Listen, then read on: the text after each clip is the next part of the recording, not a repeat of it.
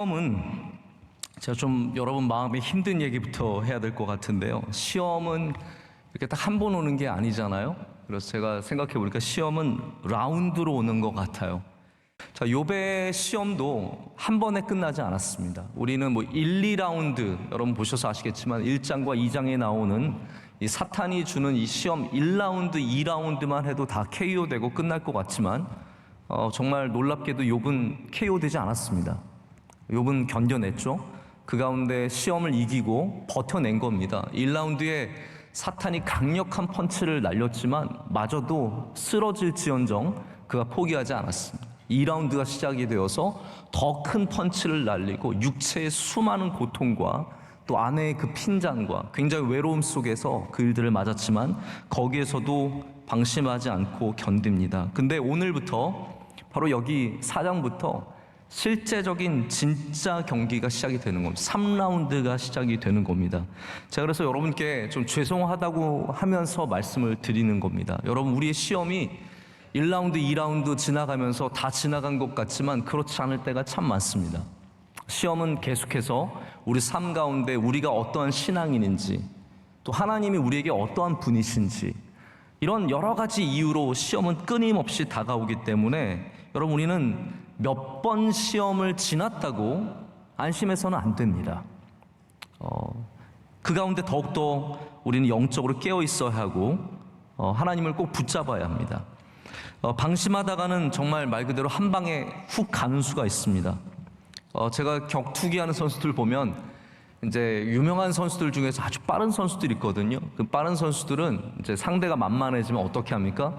가드를 내립니다. 여러분, 격투기가 정통으로 그냥 한 방을 맞는 것과 가드를 올리고 맞는 것은 큰 차이가 있거든요. 이 정도는 아시죠? 네, 여러분이 이렇게 UFC를 안 보셔도 아실 거예요. 그래서 가드를 내리는 거는 그건 굉장히 어리석은 일이에요. 그러나 이제 정말 격투기 선수들 중에서 뛰어난 선수들은 이렇게 딱 내립니다. 이게 칠 테면 쳤봐 이런 거거든요. 내가 다 피할 수 있어. 이게 딱 내리고 어깨를 앞으로 뺀 다음에 쳐버라는 거예요. 그래서 이거를 정말 때리고 싶어서 막 치잖아요. 다 피해요. 그러다가 한 방에 훅 가는 겁니다. 교만하다가 나 괜찮다고, 나 빠르다고, 나 믿음이 있다고, 나 능력 있다고, 나 돈 있다고, 건강하다고, 집안 괜찮다고 가드를 내리고 까불다가는 시험에 다 쓰러지는 겁니다. 얼마나 많은 그리스도인들이 정말 믿음 좋다고 했던 사람들이, 참 신실하고 귀했던 사람들이 가드를 내리고 그리고 그 시험 앞에서 교만하다가 쓰러지는지를 모릅니다. 우리는 주님 부르시는 그날까지, 제가 며칠 전 우리 새벽 예배에도 끝까지 하는 게 중요하다고 말씀을 드렸는데요, 우리는 경주를 마쳐야 합니다. 그러기 위해서는 절대로 교만해져서는 안 되고 이 시험 가운데 깨어있기 위해서 더욱더 기도하고 주님 붙잡고 겸손히 주님 따라가는 주님의 제자들 되어야 할 줄로 믿습니다. 그래서 오늘 말씀은 이제 정말 길고도 긴 3라운드가 시작이 되는 겁니다. 1장과 2장이 굉장히 짧게 적혀져 있어서 그 아픔의 우리가 크기를 상상하기가 어렵지만 3장부터 쭉 이어지는 몇십 장이 이어지는 이 수많은 대화들, 욥의 친구들의 이야기와 욥의 대답의 이야기 속에서 이 욥이 얼마나 외로운 싸움을, 영적인 외로운 싸움을 하는지 모릅니다. 여기 3라운드부터는요, 어떻게 보면은 외면당하는 사람의 싸움, 또 말의 시험. 여러분, 사람들의 말의 시험에 넘어지기가 얼마나 쉬운지 모릅니다. 육체의 시험도 어렵고 재산의 손실, 자녀가 안 되는 거, 건강이, 이런 시험도 다 어렵지만 우리의 마음을 정말로 헤집어 놓는 것들이 사람의 말 아닙니까? 누군가가 정말 믿던 사람들이 나를 알아주지 못하고 이해해주지 못하고 우리의 가슴을 후벼 파는 말을 할 때 우린 정말로 어렵거든요. 그래서 욥은 지금 여기 3라운드는 어떻게 보면은 그 가장 이해받지 못하는 자의 그 안타까운 마음에 시험을 당하게 됩니다. 여기 여러분, 욥에게 도전하는 사람들, 친구들이지만 욥을 지금 코너에 몰아놓고 막 때리고 있는 거거든요. 이런 걸 팩트 폭격이라는 말 쓰잖아요. 이 사람들이 보기에는 너는 분명히 죄를 지었을 거야. 너는 분명히 잘못한 게 있어. 야, 세상에 악을 심고 악을 뿌리면 악이 나지. 너 죄를 지었으니까 그런 걸 당한 거지. 어떻게 네가 그걸 당했겠냐. 이러면서 끊임없이 코너에 몰아넣고 때리는 거거든요. 근데 이 때리는 사람들이 나쁜 사람이면 이겨내기가 쉬워요. 여러분 이런 생각을 해보세요. 나쁜 사람이 덤벼들면 정신적으로 어렵지 않습니다. 왜냐하면 쟤는 나쁜 사람이니까. 악인이니까. 우리 하나님한테 기도할 때도 마음이 편해요. 하나님 악인을 물리쳐 주세요. 그러면 편합니다. 그러나 정말로 예수님 잘 믿는다는 사람이, 그래서 여러분 시험을 당해도 교회 안에서 당할 때 어렵잖아요. 왜 저분은 권사님이고 저분은 집사님이고 저분은 목사이고 저분은 장로님인데 왜 저럴까 되면 그게 굉장히 어려운 거거든요. 오늘 나오는 엘리바스도 절대로 우리가 그냥 믿음이 뭐 나쁘다 이렇게 말할 수 없는 굉장히 지혜가 있고 믿음 있는 사람이지만 그가 말하는 모든 것들이 욥에게 어마어마하게 큰 상처가 되고 아픔이 된다라는 겁니다. 여러분 우리가 시험을 이겨낼 때는요, 나에게 아픔을 주는 좋은 사람들도 이겨내야 합니다.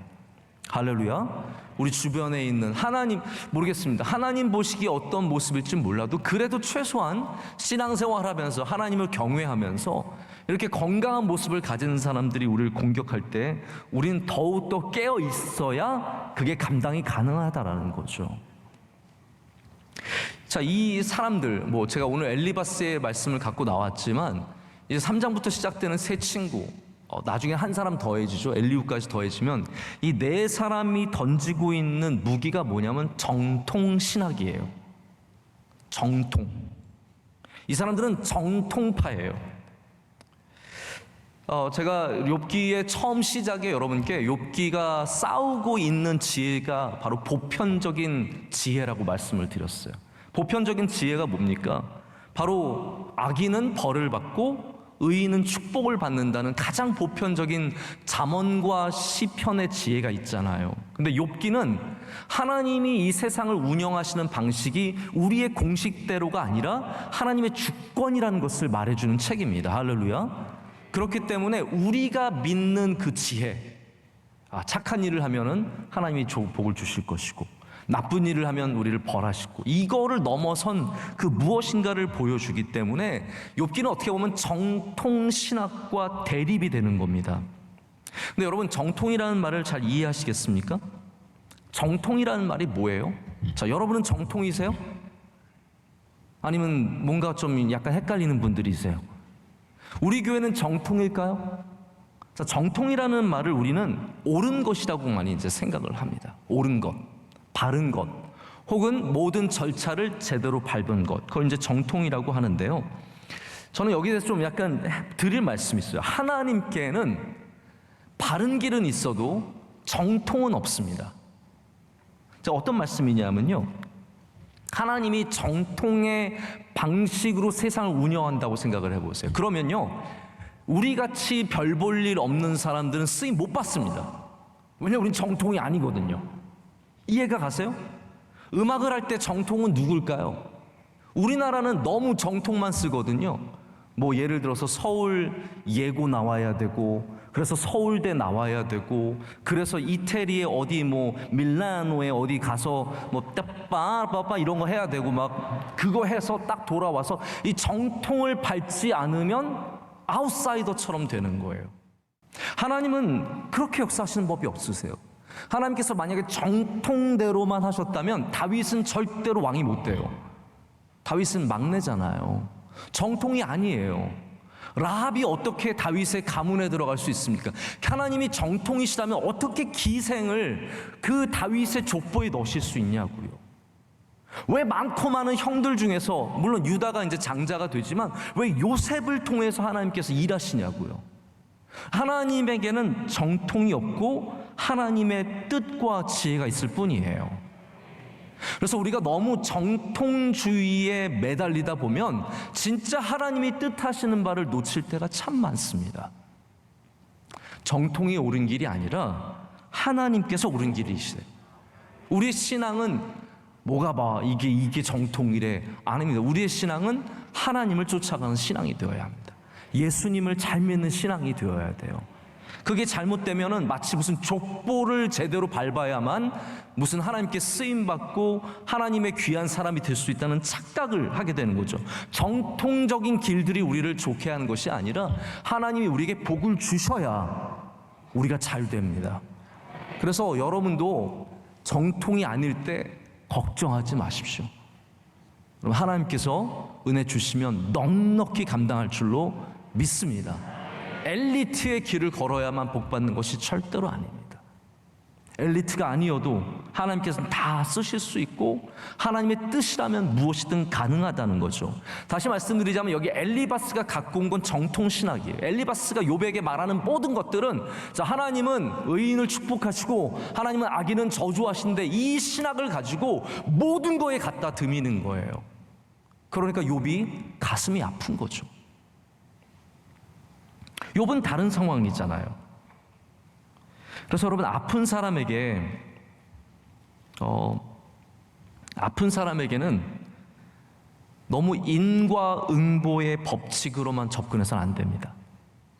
어려움을 당한 사람에게는 여러분이 그냥 상식적으로 갖고 있는 인과응보, 추수의 법칙, 바로 이러한 잠언에 주로 나오는 정통적인 신학으로만 접근해서는 안 되고요.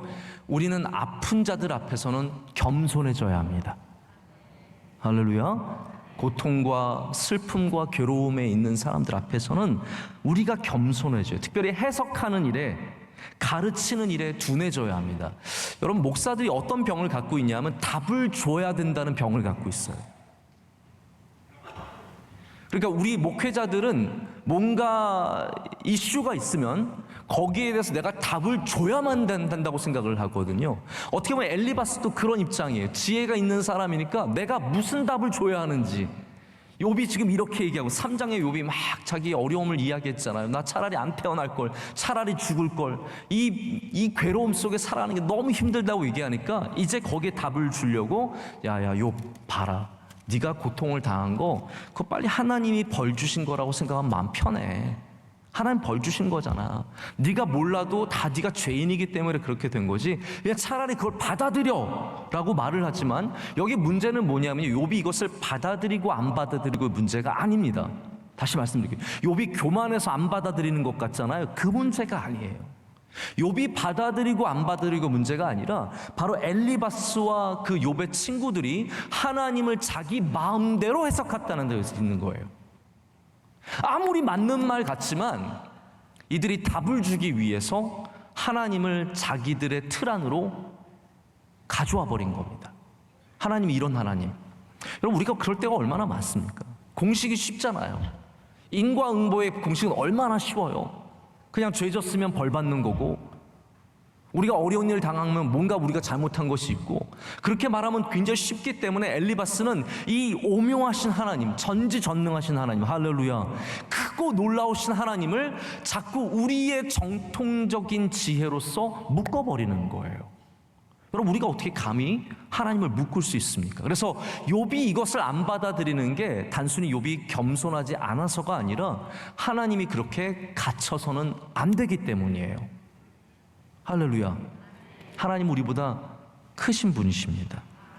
아니, 그것을 비교로 말할 수 없을 정도로 하나님은 우리보다 훨씬 더 크신 분이라는 거죠. 그래서 여기 욥에게 내놓는 엘리바스의 이야기는 욥이 외치는 그 고통의 소리에 반응하는 내 신앙의 모습이에요. 하나님이 아니라 내 신앙이 말하는 하나님, 내 신념이 말하는 하나님, 거기에 대해서 지금 내어놓고 있기 때문에 문제가 많다라는 거예요. 여러분, 오늘 이 욥의 친구의 이야기가, 엘리바스의 이야기가 중요한 게 또 있습니다. 이거를 보면 우리들도 이와 비슷하다라는 것을 느낄 수 있기 때문이에요. 사실은 엘리바스의 이야기를 읽으면서 공감이 가는 내용이 많아요. 욥의 친구들의 이야기를 읽어보면 은근히 공감이 가는 게 참 많습니다. 다시 말씀드리자면 굉장히 그럴싸한 이야기들이라는 거죠. 우리가 이해하는 하나님은 엘리바스가 이해하는 하나님과 굉장히 비슷합니다. 여러분, 생각해 보십시오. 내 미약은 시작하였으나 내 나중은 심히 창대하리라. 이거 얼마나 멋진 말이고 얼마나 그럴싸한 말입니까? 이게 이상하게 들리세요? 아니에요. 이거 이상하게 들리지 않아요. 이게 우리가 생각하는 하나님이 역사하시는 방식이거든요. 근데 이게 욥의 친구들이 이해했던 하나님이라는 거예요. 자, 이걸 제가 한번 짚고 넘어가야 돼요. 왜냐하면 이 말씀이 정말 유명한 말씀이고, 우리 찬양으로 부를 때도 이거 이런 찬양 부를 때마다 눈물 확 나. 왜냐하면 우리 다 미약하니까. 우린 다 미약하니까 크고 싶은 마음이 있어가지고 이런 찬양 부르면 너무 감동이 되고 은혜가 되거든요. 근데 이 찬양의 문제점은 이렇게 생각해 보시면 좋을 것 같아요. 이 말씀이 잘못된 건 아닙니다. 여러분의 시작이 미약하였지만 나중이 심히 창대할 줄로 믿습니다. 아멘 하시 굉장히 헷갈리시죠? 제가 아멘 하시기를 원해요. 왜냐하면 그 말이 틀린 말이 아니에요. 그 말이 틀린 말이 아니라 그것을 말하는 사람이 틀린 거예요. 하나님은 그렇게 역사하세요. 내 시작은 미약하였으나 내 나중은 심히 창대하리라. 하지만 이 말씀을 들고 와서 욥에게 갖다 들이미는 사람이 폭력적이고, 그리고 그가 갖고 있는 이해가 부족하기 때문입니다. 여러분, 그래서 이 말씀은 좋은 말씀이니까 받아들이세요. 집에 가서 갑자기 야 이거 띄워 그러지 마세요. 집에 붙여져 있는 사람 되게 많고요. 가게 가면 우리 교인들 다 붙여져 있어요. 내 시작은 미약하였으나 내 나중은 심히 창대하리라. 얼마나 은혜돼. 볼 때마다 열심히 해야지. 떼지 마세요. 그러나 거기에 바른 믿음을 가져야 합니다. 우리가 믿는 하나님은 우리의 생각과 우리의 지혜에 갇힐 수 없다라는 것을, 하나님의 뜻은 크고 위대하다라는 것을, 그것을 인정할 때 그 말씀조차도 우리에게 실제가 되고 은혜가 될 줄로 믿습니다. 자, 엘리바스는 욥에 대해서 훈계하기를 지금 즐거워하고 있습니다. 이게 문제라고 생각해요. 훈계하는 것을 너무 즐거워하면 안 됩니다. 특별히 위로의 마음이 충고의 마음으로 너무 쉽게 전환되면 안 됩니다. 이것이 첫 번째 이야기입니다. 처음에 함께 우는 마음으로 7일을 울었죠. 아무 말이 없는 욥에게 와서 7일을 울었지만 욥이 한마디 하니까, 제가 이제 재밌는 건 뭐냐면 욥이 한 장 얘기했잖아요. 네? 욥이 한 장 얘기했는데 엘리바스가 몇 장 얘기하게 해요? 2장 얘기합니다. 그러니까 욥이 하는 말 들으면서 야 이것 봐라, 너 그거밖에 안 되는 거야, 너 그냥 슬픈 줄 알았는데 너 진짜 교만하구나 라고 하면서 엘리바스가 열받아가지고요 2장을 냅다 말하는 겁니다. 물론 이게 뭐 절수로 따지자면 조금 차이가 있겠지만 여기에 엘리바스의 전환이 있습니다. 욥의 말을 듣다 보니까 울컥하는 게 있었어요. 그래서 위로의 마음이 충고의 마음으로 바뀌게 됩니다. 우리도 이런 마음의 변화를 종종 느끼잖아요. 처음에 위로하러 갔지만 화나는 거 경험 못 해보셨습니까? 처음에 같이 웃다가 싸우는 거 경험 못 해보셨습니까? 처음에 같이 울다가 미워지는 거 경험 못 해보셨습니까? 말하다 보면 위로가 아니라, 대화하다 보면 처음에 위로의 말을 건넸지만 어느새 충고와 책망의 말이 되기가 굉장히 쉽습니다. 제가 한번 이런 예를 들어볼게요. 아이가 저녁에 밥을 안 먹는데요. 나 밥 안 먹을 거야. 그러면 부모는 처음에 좀 걱정되니까 가서 물어봅니다. 왜? 배가 아파? 뭐 어려운 일 있었어? 어려운 일 있었으면 봐주려고 그랬어요. 배가 아프면 봐주려고 그랬어요. 근데 아이가 막 짜증 부리면서 반찬 맛없잖아. 딱 그러는 순간 위로가 분노로 바뀌죠. 이놈의 자식이, 이 밥이 남들은 지금 밖에서 굶고 있는데, 그 말 우리 되게 잘하죠, 여러분. 지금 굶고 있는 사람들이 얼마나 많은지 알아? 그럴 때만 북한 찾아요. 북한에는 말이야, 딴 때는 북한 생각도 안 하시다 갑자기 얘가 밥을 안 먹으면 북한이 생각이 나요. 너 북한에는 지금 굶고 있는 아이가 135만 명이야. 키가 너 지금 6학년인데 너 키가 160이지? 걔네들은 다 140이야. 못 먹어서 그래. 너 140 되고 싶어? 제가 그렇다는 게 아닙니다, 여러분. 그렇게 쫙쫙쫙쫙 나오는 거죠. 왜 그렇습니까? 여러분, 위로의 마음을 먹었는데 얘기를 듣다 보면 화가 나는 거예요. 그래서 위로가 아니라 책망과 그리고 충고가 나와버리는 거죠. 전 이런 말씀을 좀 드리고 싶어요. 저도 뭐 이게 얼마만큼 실천이 될지 모르겠지만, 위로를 하기 시작했다면, 위로의 마음을 먹었다면 끝까지 위로하십시오. 할렐루야. 위로의 마음을 먹으셨으면 끝까지 위로하십시오.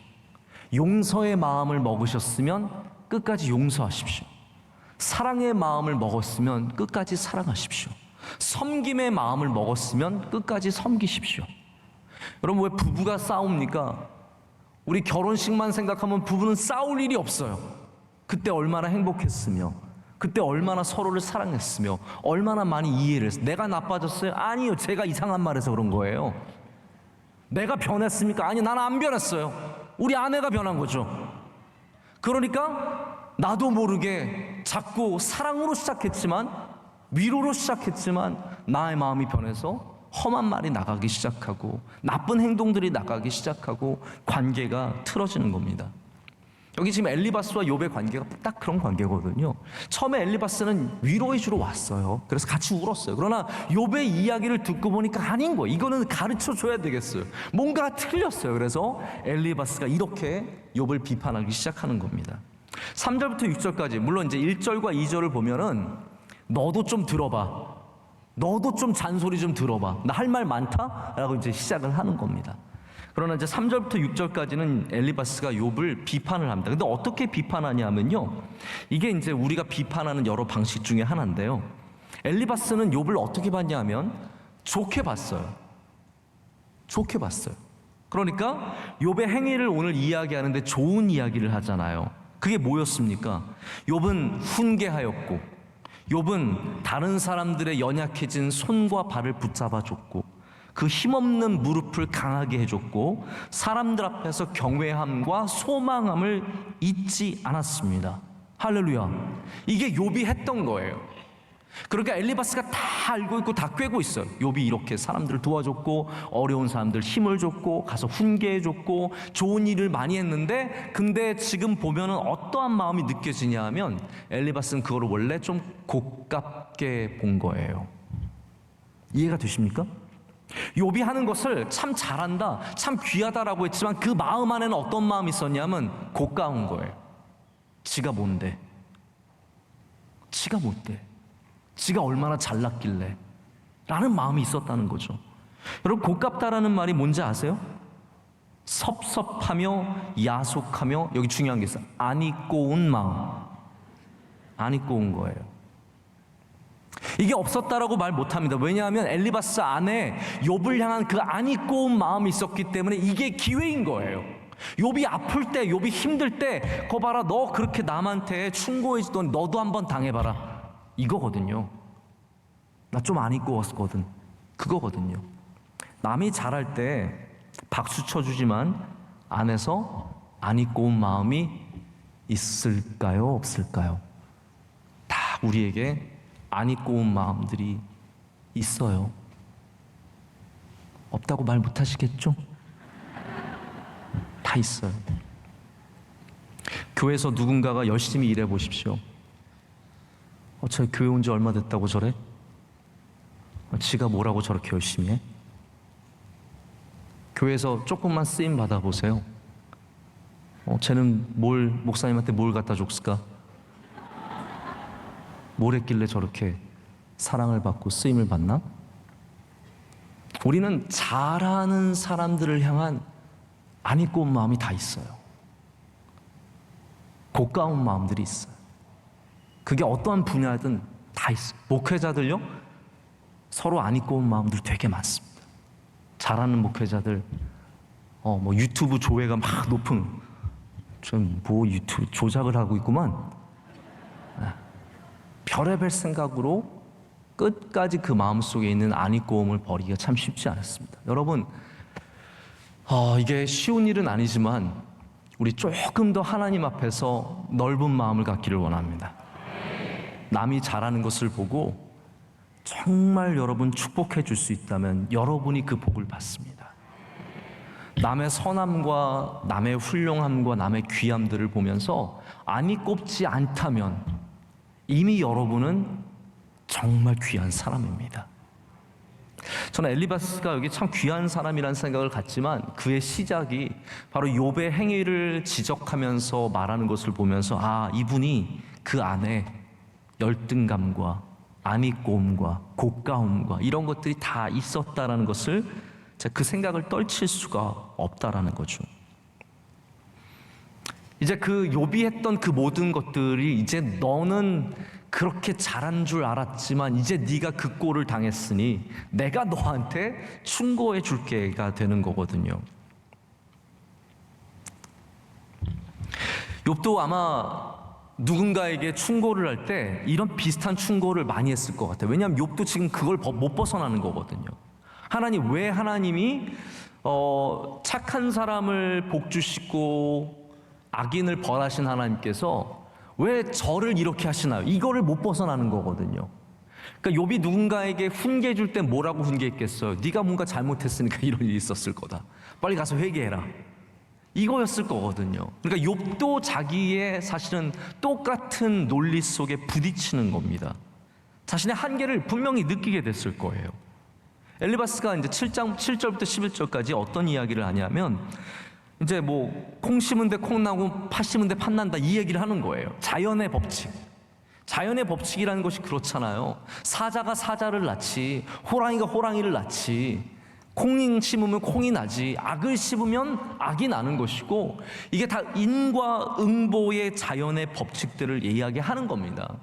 그 자연의 법칙을 우리가 아무리 능력 있어도 깰 수 없다는 거예요. 이해가 되시죠? 욥이 아무리 능력이 있어도 이 법칙을 깰 수 없기 때문에 하나님의 법칙도 깰 수 없다는 거예요. 다시 말하자면 그렇기 때문에 욥은 너는 당연히 죄인이다라고 말하는 거예요. 자, 다시 말씀드릴게요. 이거를 이해하신 듯 못 이해하신 듯 굉장히 듣고 계시기 때문에 엘리바스의 주장은 이겁니다. 자연의 법칙은 절대로 깨지지 않죠. 그것이 무엇을 심고 거두는 데서도 나타나고 동물도 마찬가지예요. 사자가 이가 부러지면 나중에 사자 이야기가 좀 나오는데 이게 헷갈리거든요. 이 뜻이에요. 강건한 사자가 이가 부러지면 먹을 것을 구할 수도 없고 그가 돌봐야 하는 그 새끼들도 봐주지 못해서 걔네들 다 뿔뿔이 흩어져서 약한 데로 노출된다는 거예요. 다시 말하자면 강한 사자라도 이가 부러지면 아무것도 할 수 없듯이 우리 인간이 갖고 있는 수많은 지혜와 수많은 능력들이 있지만 이게 우리가 그 법칙들을 절대로 깰 수 없다라는 거예요. 깰 수 없다라는 거예요. 한마디로 말하자면. 그리고 욥에게 너는 깰 수 없는 그 법칙 속에 있기 때문에 너는 죄인이다라고 결론을 내리는 거거든요. 자, 여러분 이 7절 말씀부터 시작되는 이 이야기가 맞는 것 같아요. 자연의 법칙은 사실 그렇잖아요. 뿌린 대로 거두는 것이 맞잖아요. 그런데 예수님은 그렇게 안 가르치셨어요. 예수님이 고통에 대해서 어떻게 말씀하십니까? 예수님께서 모든 것을 죄라고 말씀하시던가요? 아니잖아요. 예수님께 혈루병 걸린 노인이 와서 만졌을 때 이 죄인아 그러셨어요? 아니에요. 예수님께서 모든 병들과 모든 아픔들을 죄로 취급하지 않으셨습니다. 특별히 이제 요한복음 9장을 보면 거기에 한 눈먼 사람이 나오잖아요. 눈먼 사람이 나와서 예수님께 고쳐달라고 했을 때 예수님께서 그를 고쳐주시잖아요. 제자들이 묻잖아요. 예수님, 저 사람이 눈이 먼 것은 저 사람의 죄 때문입니까? 아니면 부모님의 죄 때문입니까? 그것도 아니라는 거예요. 예수님, 그게 아니라는 거예요. 너희들이 생각하는 그 당연한 것들, 우리가 생각하는 그 아픔에 연결되어 있는 당연한 신학적인 모든 고리들을 떼어야 된다라는 거예요. 우린 하나님 앞에 해석에 있어서 겸손해져야 합니다. 할렐루야. 우리는 무슨 아픔과 고통과 실패를 보면은 거기에 당연한 것들이 걸려 있는 줄 알죠. 그게 우리의 신앙의 능력이라고 생각해요. 내가 이만큼 알고 있다. 내가 이만큼 경험했다. 아니라는 거예요. 주님께서는 네가 유대인들이 아무리 우리의 장애가 죄 때문이라고 이야기를 하여도 우리의 실패가 악행 때문이라고 이야기하더라도 하나님의 뜻이 다 따로 있다라는 거예요. 할렐루야. 하나님의 뜻이 있다라는 거예요. 그러니까 우리가 바라봐야 할 것은 하나님이 이것을 갖고 계시다라는 것이지 그것을 우리 마음대로 이렇다 저렇다 해석할 필요가 없다라는 거예요. 엘리바스는 이제 환상까지 인용합니다. 그래서 자기가 환상을 봤다는 거예요. 막 나타나가지고 막 기운이 있어가지고 바람 같은 영이 나타나가지고 한마디를 해주죠. 이것도 엘리바스가 엄청 허풍 떠는 겁니다. 한마디로 말하자면 이 이야기를 하려고 정말 자기가 굉장히 영적인 사람인 것처럼, 여러분 그래서 누가 너무 영적인 사람인 것처럼 무엇인가를 얘기할 때 경계하십시오.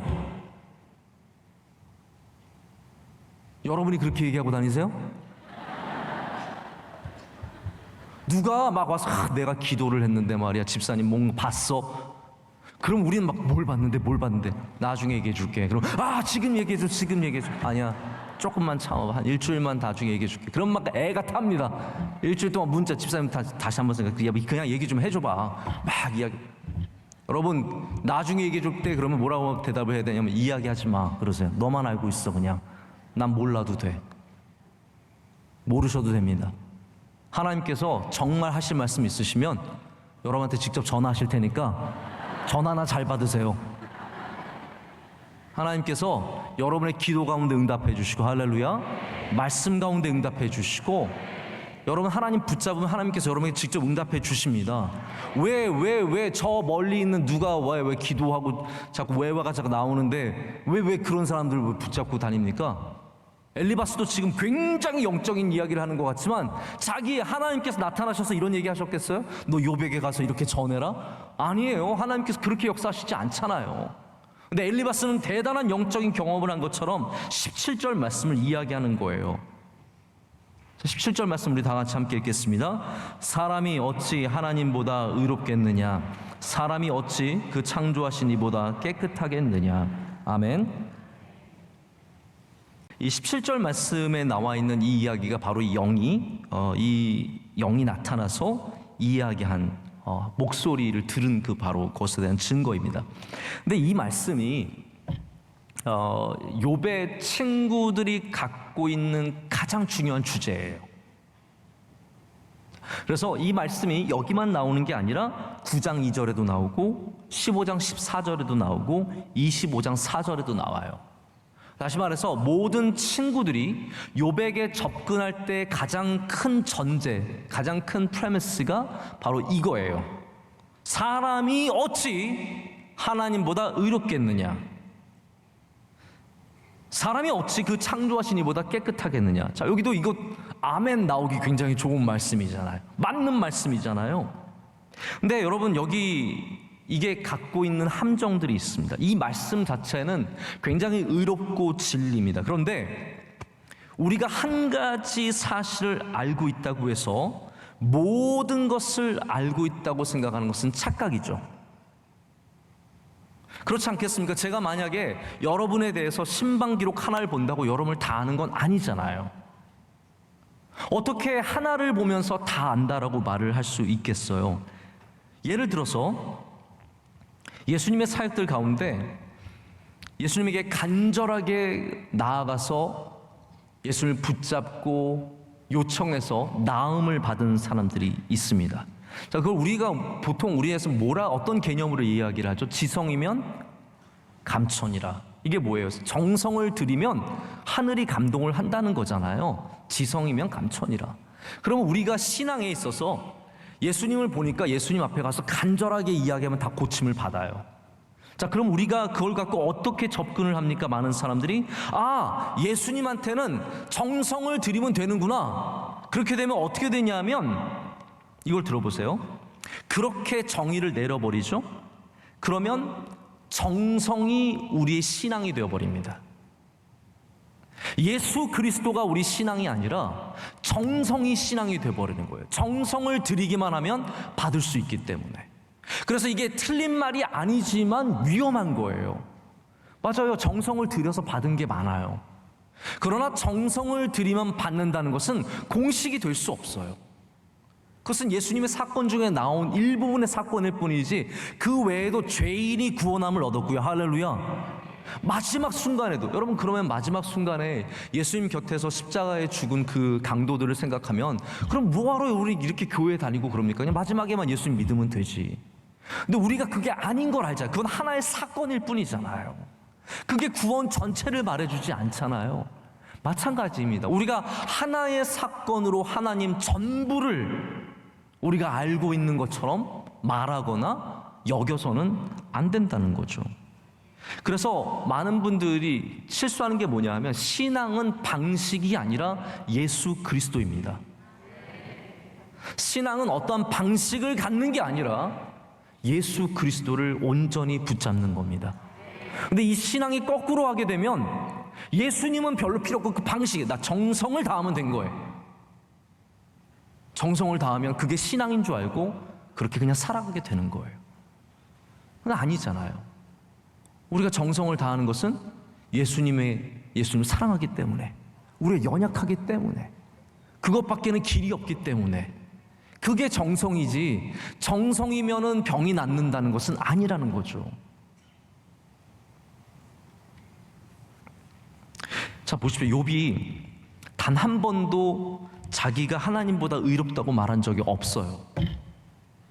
언제 욥이 그랬어요? 욥이 언제 자기가 하나님보다 의롭다 그랬어요? 근데 뭐하러 이런 얘기를 합니까? 사람이 어찌 하나님보다 의롭겠느냐? 지금 무슨 얘기를 하고 있는 거예요? 욥이 언제 자기가 의로웠다고, 하나님보다 의로웠다, 자기가 죄를 짓지 않았다는 결백함을 주장한 것뿐이지 하나님보다 의롭다고 한 적이 없어요. 그런데 엘리바스는 굉장히 이걸 트위스트한 겁니다. 사람이 어찌 하나님보다 의롭겠느냐, 굉장히 맞는 말 같지만 이건 욥을 공격하는 이야기예요. 사람이 어찌 창조주 하나님보다 깨끗하겠느냐라고 말하죠. 욥이 언제 하나님보다 자기가 깨끗하다고 얘기한 적이 언제 있습니까?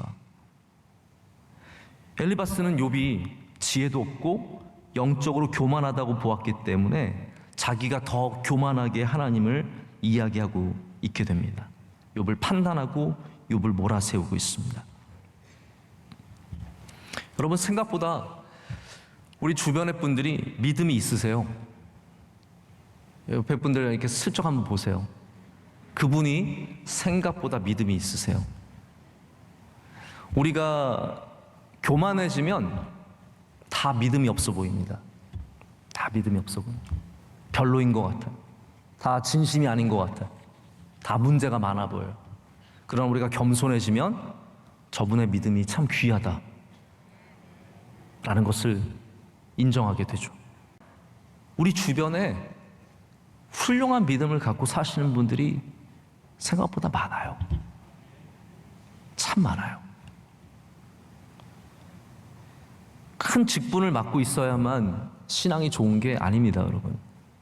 그냥 평범하게 교회 왔다 갔다 하는 아무렇지도 않게 보이는, 처음 보는 것 같은 그런 분들의 믿음도 참 귀하고 좋으세요.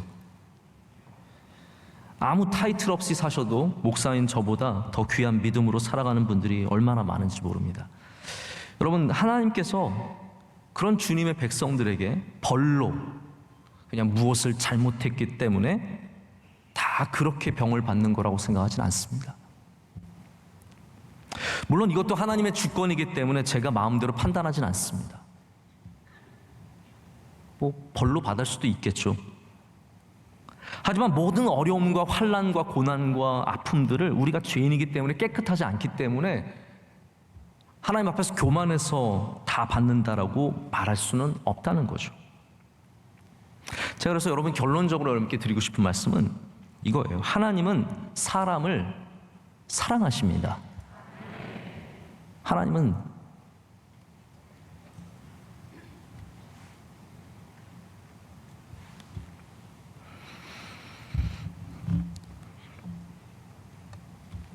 그래서 엘리바스가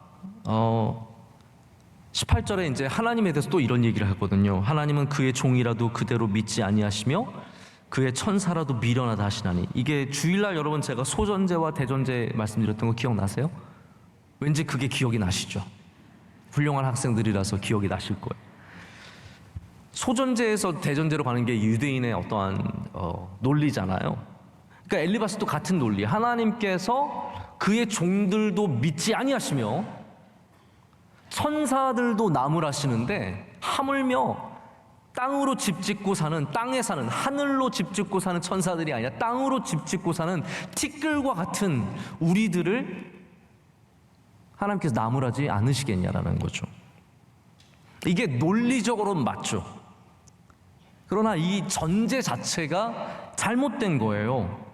그래서 여기 친구들의 말이 다 맞는 것 같지만 하나님을 다 안다는 게 얼마나 어려운가를 생각해 보면 여기 문제가 참 많아요. 저는 목사님들 중에서 성도들의 이런저런 질문에 다 대답해 놓는 유튜브 같은 거 보면 참 신기해요. 야, 저분들은 얼마나 지혜가 많아서 저렇게 다 하실까? 참 귀하다, 대단하다라는 그런 생각을 해봅니다. 저는 아는 게 별로 없습니다. 그런 거 질문들 보면 야, 저 답이 뭐야? 뭐라고 답을 해줘야 돼? 저는 늘 그런 생각을 합니다. 그러나 여러분, 다만 하나님이 그의 종을 그대로 믿지 아니하시고 그의 천사라도 미련하다라고 말씀하신 하나님이라고 전 말하기가 굉장히 어렵습니다. 이거는 엘리바스가 생각하는 하나님이에요. 여러분, 하나님께서 그의 종을 믿지 못하셨습니까? 그러면 어떻게 하나님께서 모세에게 이스라엘 민족을 맡기셨고 십계명을 모세에게 주셨으며 다윗에게 어떻게 하나님의 백성들을 맡기셨으며 하나님께서 어떻게 그렇게 다 모든 것들을 주의 종에게 맡기셨겠습니까? 여러분, 하나님은 하나님의 종들을 하나님의 방식으로 대하십니다. 그래서 아브라함에게는 못 믿는 게 아니라 시험을 통해서, 훈련을 통해서 단련시키시고, 할렐루야. 하나님은 다 하나님의 종들을 키우시는 방식이 있어요. 모세를 광야의 훈련을 통해서 키우셔서 하나님의 종으로 사용하시지, 야, 저 못 믿겠다 하고 끝이 아니라는 거예요. 그렇잖아요. 어떻게 그런 하나님이시라면 하나님께서 하나님의 나라를 위해서 우리를 부르시고 하나님의 교회를 세우는 동역자들로 우리를 부르시고 하나님의 귀한 사명들을 우리에게 주셨겠습니까? 우리를 못 믿으신다면. 하나님의 사역의 핵심 중에 하나가 뭐냐면 우리를 부르시고 함께 일하시는 거거든요. 이게 하나님의 일하시는 방식이거든요. 못 믿으면 어떻게 그렇게 하시겠냐라는 거예요. 물론 우리 인간은 못 믿는 존재예요. 여러분들도 사람 너무 믿지 마십시오. 옆에 있는 사람, 아까 전에 믿음 좋다고 했던 그 사람 너무 믿지 마세요. 사람은 그렇게 또 믿으면 안 됩니다. 믿음이 좋아도 별의별 걸 다 할 수 있기 때문에 너무 믿으면 안 됩니다. 그래서 하나님은 우리를 못 믿으시는 게 아니라 우리 인간이 갖고 있는 한계를 너무나 분명하게 하시기 때문에 우리를 대신에 사랑하시는 거예요. 우리를 믿고 못 믿고의 문제가 아니라 우리를 사랑하시는 겁니다. 그래서 우리를 사랑으로 훈련시켜 주시고 사랑으로 끌어주시고 사랑으로 붙잡아 주시는 거죠. 이게 하나님의 방식입니다. 못 믿으시기 때문에 종들도 천사도 못 믿으시기 때문에 땅으로 집 짓고 사는 우리를 버리시지 않고 오히려 우리를 더욱더 사랑해 주십니다. 이것이 오늘 제가 여러분께 드리고 싶은 결론이에요. 엘리바스한테 속지 마십시오. 하나님은 우리를 사랑하십니다. 저와 여러분을 사랑하십니다. 우리가 부족한 존재인 것은 너무나 명백합니다. 우리가 죄인인 것은 너무나 명백합니다. 우리가 티끌과 같은 존재인 것도 너무나 확실합니다. 그러나 더 확실한 것은 그 하나님의 사랑을 죽음도 권세도 천사도 끊을 수 없다라는 것이죠. 그 하나님께서 우리를 지금도 사랑해 주실 줄로 믿습니다. 그래서 우리는 욥기를 통해서 더욱더 하나님의 사랑을 확신하면서 하나님을 그 믿는 믿음으로 우리의 어려움과 시험과 환난을 다 넘어서야 할 줄로 믿습니다.